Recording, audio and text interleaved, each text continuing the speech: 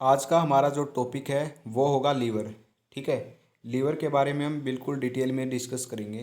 तो चलिए आज का लेक्चर स्टार्ट करते हैं लीवर के बारे में। ठीक है। सबसे पहले आपको लीवर के बारे में 3 पॉइंट याद रखने हैं। सबसे हैवीएस्ट ऑर्गन जो होता है बॉडी के अंदर वो लीवर होता है। राइट। सबसे जो लार्जेस्ट ग्लैंड होती है बॉडी के अंदर वो भी लीवर है। और जो सेकंड लार्जेस्ट ऑर्गन होता है बॉडी के अंदर वो भी लीवर ही है। ठीक है। तो liver is the largest gland of the body and liver is the second largest organ of the body. Okay.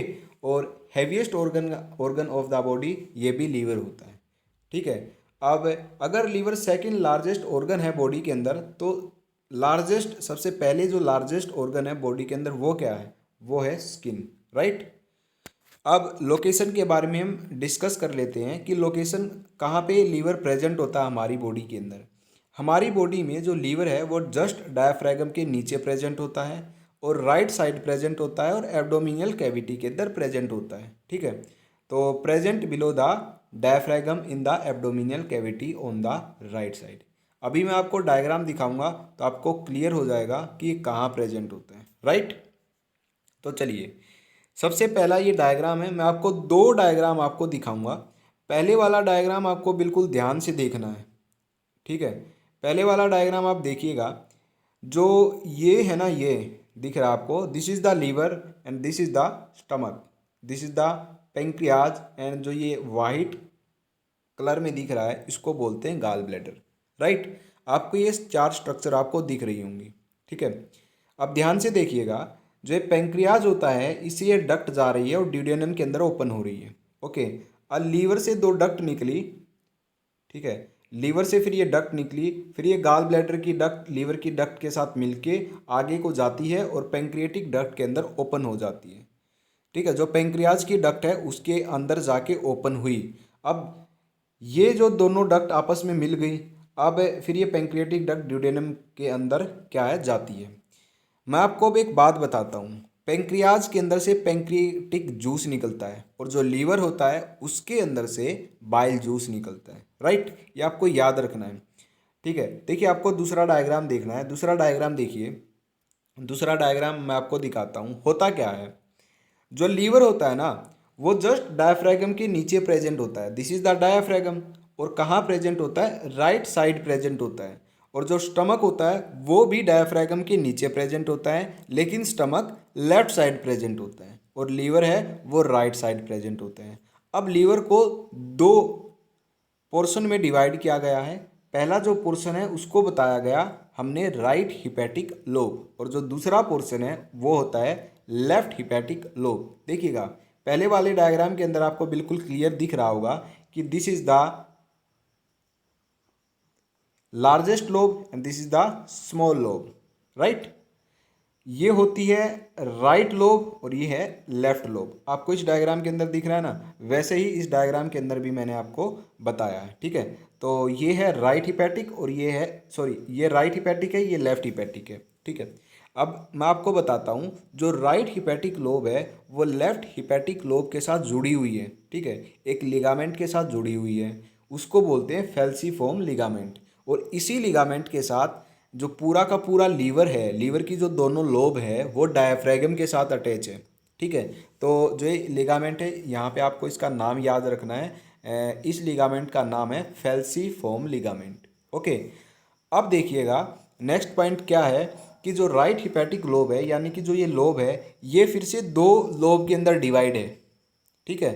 वो है क्वाड्रेट एंड कोडेट। जो ये बड़ा पोर्शन है ये क्वाड्रेट और ये स्मॉल पोर्शन बच गया इसको बोलते हैं कोडेट। ओके। अब राइट हिपैटिक लोब से जो डक्ट निकलती है, ये वाली डक्ट जो निकली है, ये डक्ट निकली है, इसको बोलते हैं राइट हिपैटिक डक्ट। और जो लेफ्ट हिपैटिक से निकलती है उसको बोलते हैं लेफ्ट हिपैटिक डक्ट। अब ये दोनों डक्ट मिल जाती हैं आपस में और फिर एक नई डक्ट आगे बनती है, उसको बोलेंगे हिपैटिक डक्ट या फिर बाइल डक्ट। अब देखिए हिपैटिक डक्ट क्यों बोला और बाइल डक्ट क्यों बोला? जो लीवर है वो बाइल जूस सीक्रेट करता है इसलिए इसको हम बाइल डक्ट बोल देते हैं, क्योंकि जो बाइल जूस है वो इन्हीं डक्ट के अंदर से आना है। ठीक है। अब हिपैटिक डक्ट क्यों बोला? हिपैटिक का मतलब होता है लीवर, इसलिए इसको, ये लीवर की डक्ट है इसलिए इसको हिपैटिक डक्ट नाम दिया गया है। जहाँ पे भी आपको हिपैटिक वर्ड दिखे ना, उसका मतलब होगा लीवर। जैसे कि हिपैटोसाइट, हिपैटो का मतलब हो गया लीवर, साइट का मतलब हो गया सेल। जो लीवर के अंदर सेल होती हैं उसको हमें हिपैटोसाइट बोला गया है, राइट। ये आपको याद रखना है। नेक्स्ट पॉइंट देखिएगा, हिपैटिक डक्ट आगे जाती है, ये आगे गई हिपैटिक डक्ट। अब क्या होता है, साइड में गाल ब्लैडर प्रेजेंट होता है, this is the gall bladder, और गाल ब्लैडर की ये डक्ट होती है। गाल ब्लैडर की जो डक्ट है उसका नाम है सिस्टिक डक्ट। ओके, जो सिस्टिक डक्ट है वो हिपैटिक डक्ट के साथ मिलती है और आगे एक नई डक्ट बनाती है, जिसको बोलते हैं कॉमन बाइल डक्ट। ओके, अब जो कॉमन बाइल डक्ट है वो ओपन होती है डक्ट ऑफ ब्रीथिंग, यानी कि जो पेंक्रियाज की डक्ट है उसके अंदर ओपन होती है। ठीक है, जैसे ही उसकी ओपनिंग होती है ना, वहाँ पे एक स्पिंटर प्रेजेंट होता है। स्पिंटर का काम होता है बाइल जूस के बैक फ्लो को रोकना। ओके, तो जो स्पिंटर है उसका नाम है स्पिंटर ऑफ बॉयडन। तो स्पिंटर ऑफ बॉयडन कहाँ प्रेजेंट होता है, स्पिंटर ऑफ बॉयडन प्रेजेंट होता है जब जो कॉमन बाइल डक्ट है उसकी ओपनिंग कहाँ होती है, पेंक्रियाज के डक्ट के अंदर होती है, यानी कि pancreatic duct, duct of Wilson के अंदर जब उसकी ओपनिंग होती है तो वहाँ पे ये स्पिंटर प्रेजेंट होता है। स्पिंटर का पूरा नाम है स्पिंटर ऑफ बॉयडन। आपको ये याद रखना है, बहुत ही ज़रूरी है, राइट। अब नेक्स्ट पॉइंट देखिए, नेक्स्ट पॉइंट क्या कहता है, जो ये डक्ट ऑफ विल्सिंग है जो कि पेंक्रियाटिक डक्ट है, अब ये क्या करेगी, अब यहाँ इस लीवर से क्या है, इस लीवर से बाइल जूस आता है। देखिए ये बाइल जूस आया आया आया आया और ये पेंक्रियाज के अंदर डाल दिया जाता है। ओके, अब पेंक्रियाज अपना एक पेंक्रियाटिक जूस रिलीज करता है, तो वो पेंक्रियाटिक जूस भी पेंक्रियाज से आएगा। अब बाइल जूस और पेंक्रियाटिक जूस दोनों मिल गए। अब ये जो दोनों जूस हैं ये ड्यूडेनम के अंदर डाले जाएंगे। ओके, ड्यूडेनम के अंदर डालने से पहले यहाँ पे बी एक स्पिंटर लगा हुआ होता है, इसका नाम होता है स्पिंटर ऑफ ओडाई। ओके, अब देखिएगा, जो ये डक्ट ऑफ विर्सिंग है और जो एक कॉमन बाइल डक्ट है, ये फिर एक डक्ट और बनाती है जिसका नाम है हिपैटो पेंक्रियाटिक डक्ट। ये जो आपको दिख रही है ना, hepato pancreatic duct. Hepato, hepato मतलब लीवर, लीवर की डक्ट, और पेंक्रियाटिक मतलब पेंक्रियाज की डक्ट, मतलब दोनों डक्ट, लीवर और पेंक्रियाज दोनों की डक्ट आपस में मिलकर एक न्यू डक्ट बनाती हैं जिसका नाम है हिपैटो पेंक्रियाटिक डक्ट, या फिर इसको एम्प्यूला ऑफ वेटर भी बोल देते हैं। एम्प्यूला क्यों बोला गया, क्योंकि ये थोड़ी सी साइड से स्वोलन है, इसलिए इसको एम्प्यूला वर्ड दिया जाता है। कहीं ना कहीं जहाँ पे भी ये स्वोलन होता है वहाँ पे एम्प्यूला वर्ड आपको मिलेगा। ठीक है, तो ये ड्यूडेनम के अंदर क्या है, ये जो सिक्रेशन है बाइल जूस और पेंक्रियाटिक जूस ये डाल दिया जाता है। ठीक है, तो ये पूरी कहानी आपको मैंने डायग्राम के थ्रू समझा दी है। ओके, अब आपको लिखना कैसे है वो देखिए, देखिएगा, falciform ligament suspend the liver from diaphragm and divide into right and left hepatic lobe। जो फेल्सीफॉर्म लिगामेंट होता है वो लीवर को जोड़ता है डायफ्रैगम के साथ, यानी कि डायफ्रैगम के साथ अटैच होता है एक लिगामेंट के द्वारा जिसका नाम है falciform ligament. Okay, right hepatic lobe is internally divided into quadrate lobe and caudate lobe. अब जो राइट हिपैटिक लोब है वो इंटरनली डिवाइड की जाती है दो लोब के अंदर, एक क्वाड्रेट है एक कोर्डेट है। और जो राइट हिपैटिक लोब होती है ना वो सबसे बड़ी होती है। देखिए, राइट हिपैटिक लोब होती है, एक होती है लेफ्ट हिपैटिक। अब लेफ्ट बड़ी है या राइट बड़ी है, राइट बड़ी है। अगर जोन सी लोब बड़ी है उसके अंदर ही क्या है, दो पोर्शन और बनाए गए हैं। ठीक है, अगर आपसे क्वेश्चन ये पूछ लिया जाए, बताओ लीवर जो होता है ना उसको, उसमें से राइट और लेफ्ट वाली दोनों लोब में से कौन सी लोब इंटरनली डिवाइडेड होती है दो लोब के अंदर, तो आपका ऑप्शन राइट हिपैटिक लोब होगा या फिर लेफ्ट हिपैटिक लोब होगा। तो आपको टिक करना है राइट हिपैटिक लोब है वो इंटरनली डिवाइड की गई है। ओके, लीवर ना एक कोलेजिनियस कनेक्टिव टिश्यू के द्वारा कवर होता है जिसको हमें फाइब्रस कोट बोल देते हैं। ठीक है, अब इसका काम क्या होता है, ये लीवर को एक तो सेप प्रोवाइड करवाता है और लीवर को प्रोटेक्ट करता है, राइट। तो liver is covered by a collagenous connective tissue called fibrous coat. Fibrous coat provide safe and protection to the liver, और लीवर को ये प्रोटेक्शन प्रोवाइड करवाता है। ठीक है, next duct system. Duct system मैंने आपको डायग्राम के थ्रू समझाया था। तो देखिए, जो राइट हिपैटिक डक्ट है और जो लेफ्ट हिपैटिक डक्ट है ये दोनों डक्ट मिलके बनाती है हिपैटिक डक्ट, यानी कि बाइल डक्ट। अब जो हिपैटिक डक्ट है और जो सिस्टिक डक्ट है, सिस्टिक डक्ट गॉल ब्लैडर से निकलती है, ये दोनों डक्ट है, ये मिलके बनाती है कॉमन बाइल डक्ट। इसको डक्ट ऑफ कोलिडोकस भी बोल देते हैं। ओके, कॉमन बाइल डक्ट और डक्ट ऑफ विर्सिंग, ये जो कॉमन बाइल डक्ट है ये आई है लीवर से, और जो डक्ट ऑफ विर्सिंग है ये आती है पेंक्रियाज से। इसलिए ये दोनों मिलके बनाती हैं हिपैटो पेंक्रियाटिक डक्ट, या फिर एम्प्यूला ऑफ वेंटर भी इसको बोल देते हैं। ठीक है, आगे देखिएगा, आगे बात करते हैं ampulla of Vater. Ampulla of Vater opens into, ampulla of Vater opens into duodenum and pour pancreatic juice and bile juice. अब जो एम्प्यूला ऑफ वेंटर है वो ओपन होता है कहाँ, ड्यूडेनम के अंदर, और ड्यूडेनम के अंदर जो है पैंक्रियाटिक जूस और बाइल जूस ये डाल दिया जाता है। Okay, sphincter of Oddi guards opening of hepato pancreatic duct into small intestine. जहाँ स्मॉल इंटेस्टाइन के अंदर यानी कि ड्यूडेनम पार्ट के अंदर जो ओपनिंग होती है वहाँ पे एक स्पिंटर लगा है, जिसको मैंने बताया था स्पिंटर ऑफ ओडाई। और स्पिंटर ऑफ बॉयडन कहाँ प्रेजेंट होता था, वो opening of common bile duct पे प्रेजेंट होता था। कहाँ पे खुलती है ये खुलती थी हिपैटो पैंक्रियाटिक डक्ट के अंदर। तो this is the sphincter of Oddi and this is sphincter of बॉयडन, ये आपको याद रखना है। राइट, नेक्स्ट देखिएगा, नेक्स्ट क्या है, hepatic lobules are the structural and functional unit of liver. जो लीवर की स्ट्रक्चरल और फंक्शनल यूनिट है वो होती है हिपैटिक लोब्यूल्स। ठीक है, ओके, हिपैटिक ग्लोब्यूल्स मिलके बहुत सारी हिपैटिक सेल्स बनाते हैं, यानी कि लीवर की जो सेल्स होती हैं। ठीक है, ये आपको जस्ट ये लाइन याद रखनी है कि जो हिपैटिक ग्लोब्यूल है वो स्ट्रक्चरल और फंक्शनल यूनिट होते हैं लीवर की। ओके, जैसे किडनी की जो स्ट्रक्चरल और फंक्शनल यूनिट है आपको पता होगा क्या है, वो नेफ्रॉन। ठीक है, स्ट्रक्चरल और फंक्शनल क्यों कहा गया, क्योंकि वो छोटी से छोटी यूनिट जो जिसके बिना काम हो ही नहीं सकता। ठीक है, सारा काम वही करते। तो hepatic globules are the structural and functional unit of liver. Okay, each hepatic globule is covered by this connective tissue called a Glisson capsule. हर एक जो हिपैटिक ग्लोब्यूल होता है ना वो एक कनेक्टिव टिश्यू के द्वारा कवर होता है, जिसको बोलते हैं ग्लाइसेंस कैप्सूल। ये जो लाइन मैंने अभी आपको बताई ना, ये बहुत ही इंपॉर्टेंट लाइन है।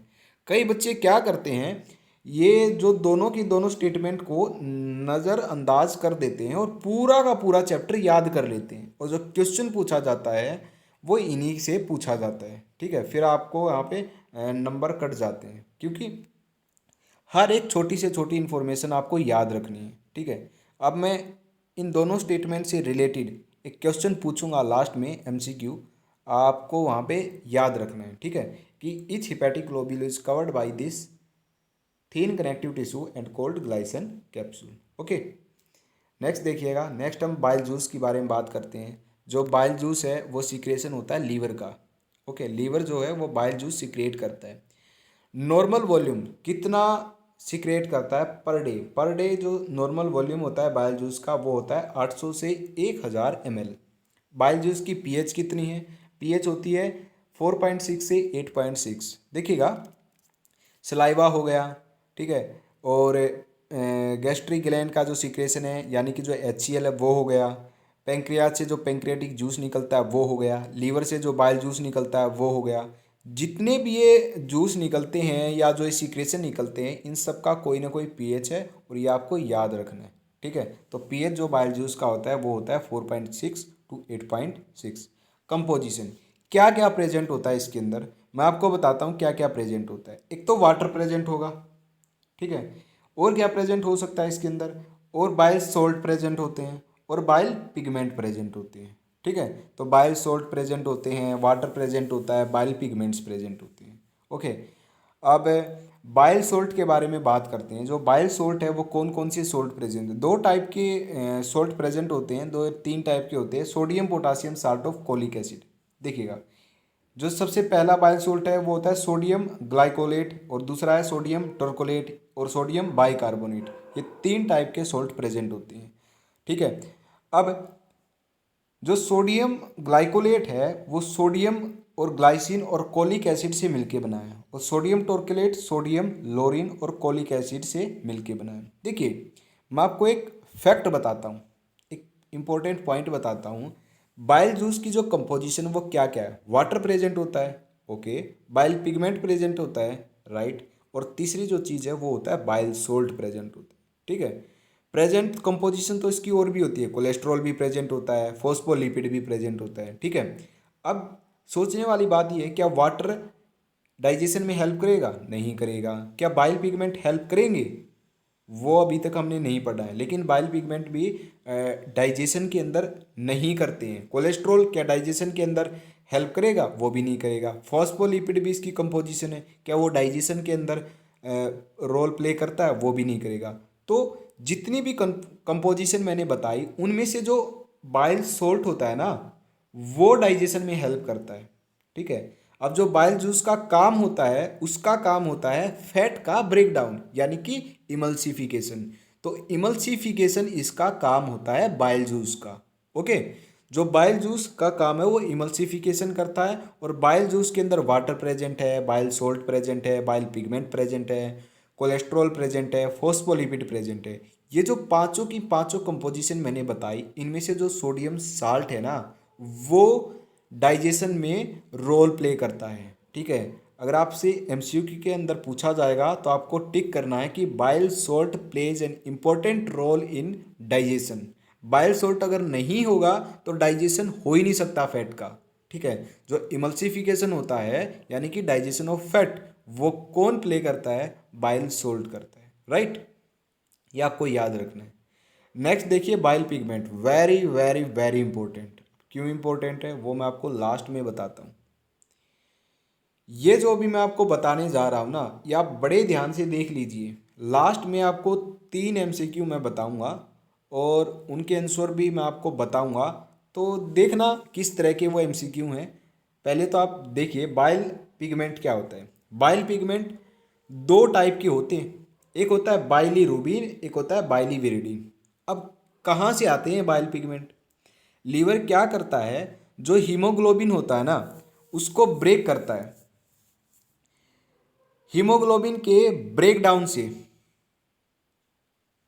जो आरबीसी, यानी कि जो आरबीसी बहुत ही डेड आरबीसी हैं, उसके अंदर क्या होता है? हीमोग्लोबिन होता है। और हीमोग्लोबिन में हीम और ग्लोबिन पार्ट होता है। जो हीम पार्ट होता है ना, उसका ब्रेकडाउन जब लीवर करता है तो दो पिगमेंट बनते हैं, एक होता है बाइलीरुबिन, एक होता है बाइलीवेरिडिन, ठीक है। तो बिलीरुबिन एंड बिलीवेरिडिन। जब बिलीरुबिन का ब्रेकडाउन किया जाता है तो दो प्रोडक्ट बनते हैं, एक होता है स्टेरकोबिलिन, एक होता है यूरोक्रोम। अब यूरोक्रोम के अंदर भी दो हैं, एक यूरोबिलिन होता है, एक यूरोबिलिनोजन होता है, ठीक है। अब देखिएगा, एक बात समझने की कोशिश करिएगा।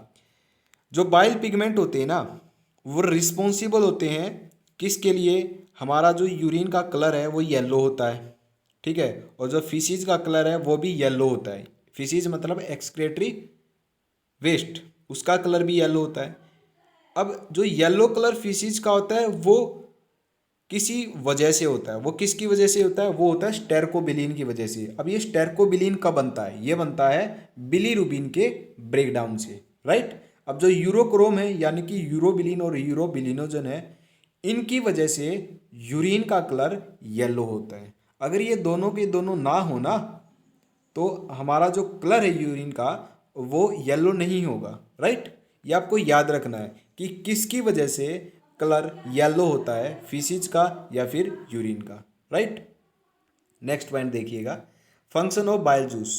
बाइल जूस की क्या क्या फंक्शन है? बहुत सारे फंक्शन है बाइल जूस की। सबसे पहला जो फंक्शन है वो है इमल्सिफिकेशन, ओके। जो बाइल जूस है वो कौन सिक्रिएट करता है? लीवर सिक्रिएट करता है, जाहिर सी बात है। तो एक तो होता है डाइजेशन ऑफ फैट, फैट का जो डाइजेशन है वो बाइल जूस प्ले करता है, ठीक है। ये एक आइडियल पीएच प्रोवाइड करवाता है, एक्टिवेशन ऑफ पेंक्रियाटिक एंजाइम। देखिए पेंक्रियाज जो होता है ना, पेंक्रियाज वो पेंक्रियाटिक जूस रिलीज करता है। अब पेंक्रियाटिक जूस जैसे ही रिलीज करता है तो उस पेंक्रियाटिक जूस के अंदर क्या होता है? एंजाइम्स प्रेजेंट होते हैं, ठीक है। कई सारे एंजाइम्स प्रेजेंट होते हैं। अब वो जो एंजाइम होते हैं वो इनएक्टिव स्टेट के अंदर होते हैं। जैसे ही वो बाइल जूस के कांटेक्ट में आते हैं ना, वो एक्टिवेट हो जाते हैं और वो फिर अपना काम करना स्टार्ट कर देते हैं, राइट। तो जो बाइल जूस है वो एक आइडियल पीएच प्रोवाइड करवाता है for activation of pancreatic enzyme. और जो बाइल जूस है वो माइक्रोब्स को भी किल करता है, जो एसिडिक काइम है उसको न्यूट्रलाइज करता है। कैसे? ऐसे देखिएगा, हमने खाना खाया, जैसे ही हम खाना खाते हैं तो क्या होता है, हमारा जो खाना हम जैसे चबाते हैं तो जो सलाइवा है उसके साथ बाइंड होता है।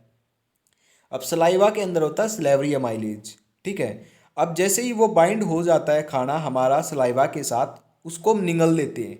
निगलने के बाद वो पेट के अंदर जाता है। अब जैसे ही वो जो खाना है वो HCl के कांटेक्ट में आता है, तो HCl क्या करता है, स्लेवरी अमाइलेज को डीएक्टिवेट कर देता है। यानी कि जो स्लेवरी अमाइलेज अपना काम कर रहा था कार्बोहाइड्रेट डाइजेशन का, वो हो जाता है बंद।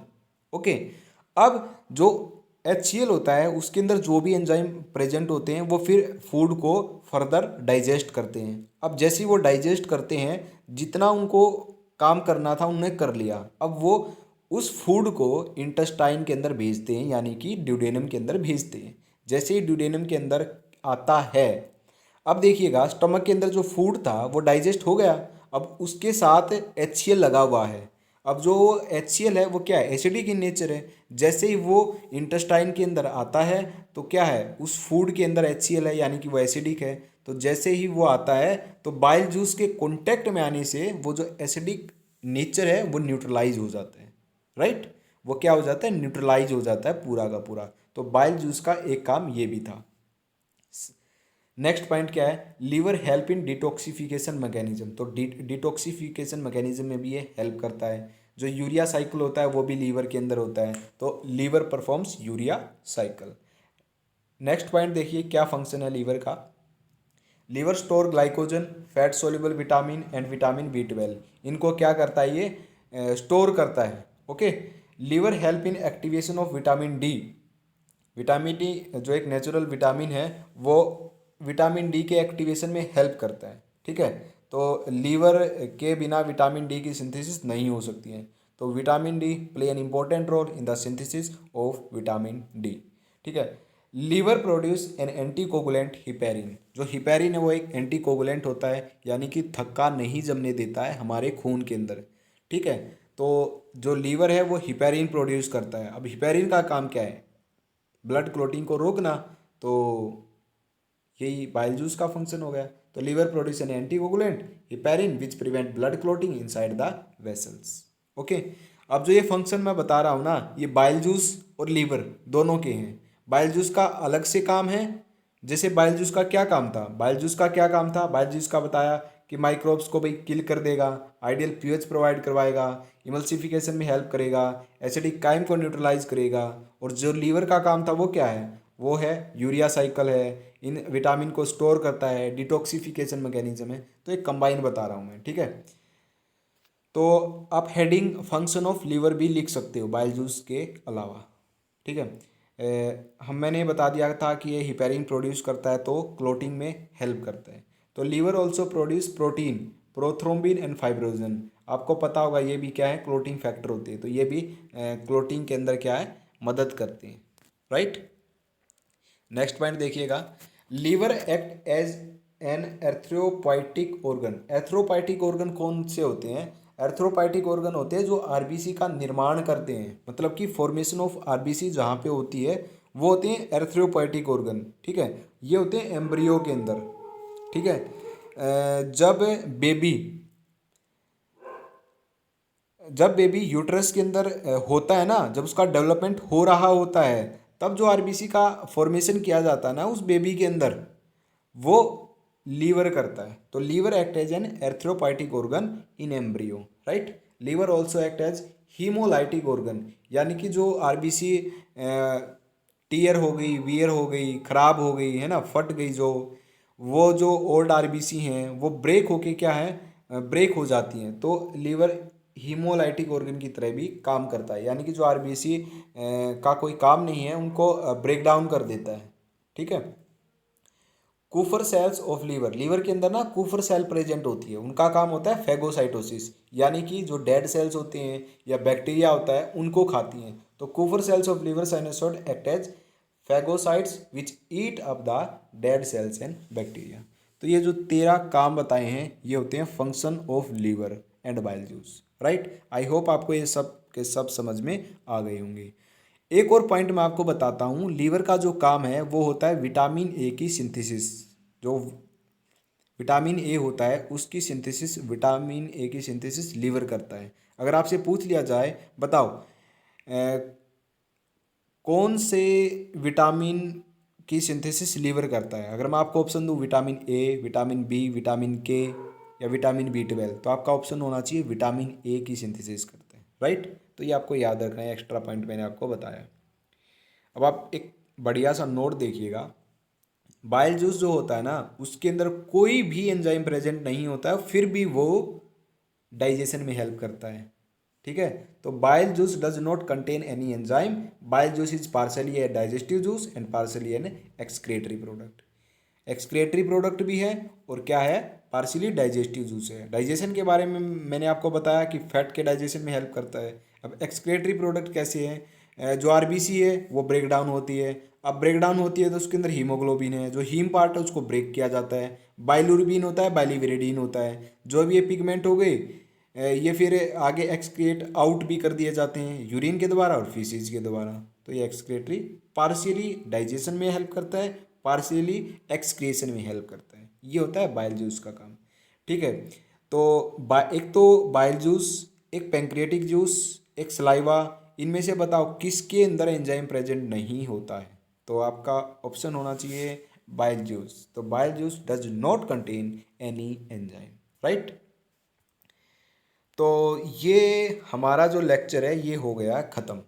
अब हम कुछ 4 एमसीक्यू देख लेते हैं, बड़े अच्छे अच्छे एमसीक्यू हैं, ठीक है।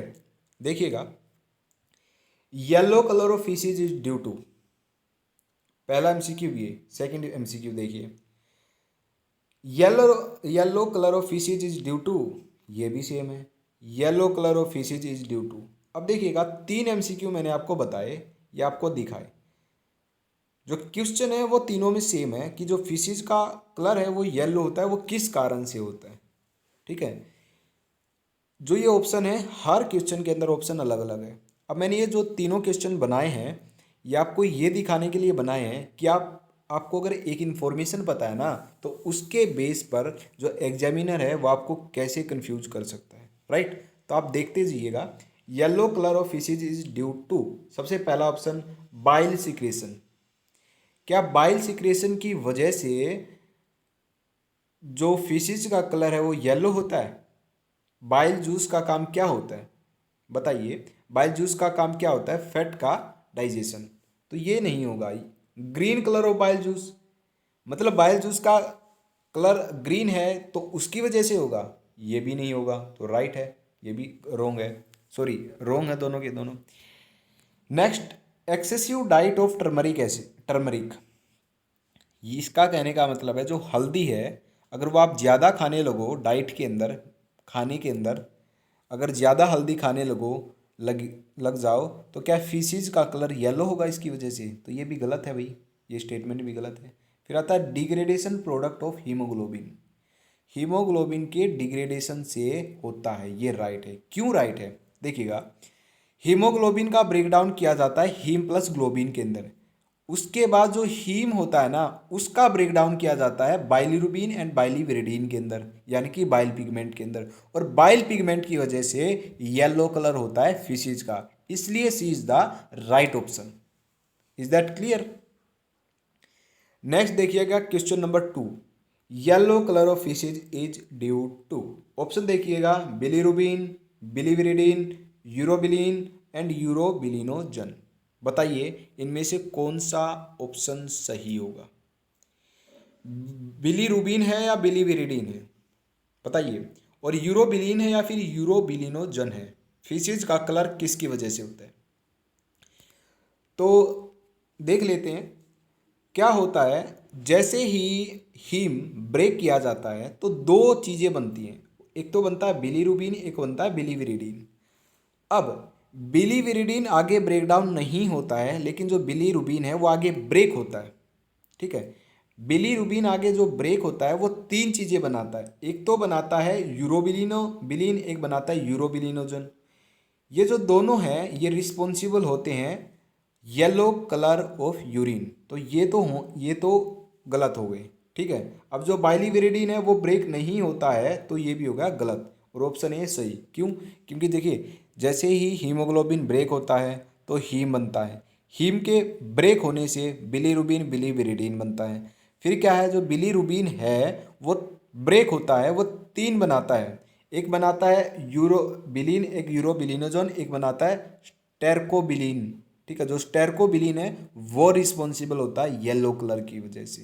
तो इसलिए हमारा ऑप्शन है वो है bilirubin is the right answer. Right. Next देखिएगा, yellow colour of faeces is due to biliverdin, गलत। पहले वाले क्वेश्चन में मैंने बताया ये जो दोनों के दोनों हैं ये रिस्पॉन्सिबल होते हैं यूरिन के येलो कलर के लिए, तो ये भी हो गए गलत। तो स्टेरकोबिलिन, तो स्टेरकोबिलिन क्या है, is the right answer. I hope आपको ये जो तीनों क्वेश्चन है ये आपको अच्छे से समझ में आए होंगे। नेक्स्ट क्वेश्चन देखिए, नेक्स्ट क्वेश्चन है Glisson capsule is associated with it, pancreas, liver, pancreas, gall bladder या लंग। ये जो क्वेश्चन है इसका आंसर मैं आपको नहीं बताऊंगा, इसका आंसर आपको कमेंट करना है और बताना है इसका क्या आंसर होगा। ठीक है, ये ऑलरेडी मैं आपको बता चुका हूँ, तो आपको कमेंट करना है कि इसका क्या आंसर होने वाला है। राइट। तो ये था हमारा आज का लेक्चर, लीवर के बारे में हमने बिल्कुल डिटेल स्टडी कर लिया है। अगर आपको इसके नोट्स चाहिए तो आपको क्या करना है, डिस्क्रिप्शन के अंदर जाना है, वहाँ पे आपको लिंक दिया मिलेगा, वहाँ पे आपको क्लिक करना है, आपको डायरेक्टली नोट्स मिल जाएंगे। राइट। तो आज की वीडियो में बस इतना ही, तो मिलते हैं हम नेक्स्ट वीडियो के अंदर। नेक्स्ट वीडियो में स्मॉल इंटेस्टाइन या फिर लार्ज इंटेस्टाइन, इनके बारे में हम डिस्कस करेंगे। ठीक है। और 2 या 3 लेक्चर के अंदर हमारी जो यूनिट थर्ड है वो ख़त्म हो जाएगी, तो हमारी जो यूनिट है वो 2 यूनिट और बाकी रह जाएंगी। ठीक है। तो आज की वीडियो में बस इतना ही, मिलते हैं नेक्स्ट वीडियो के अंदर।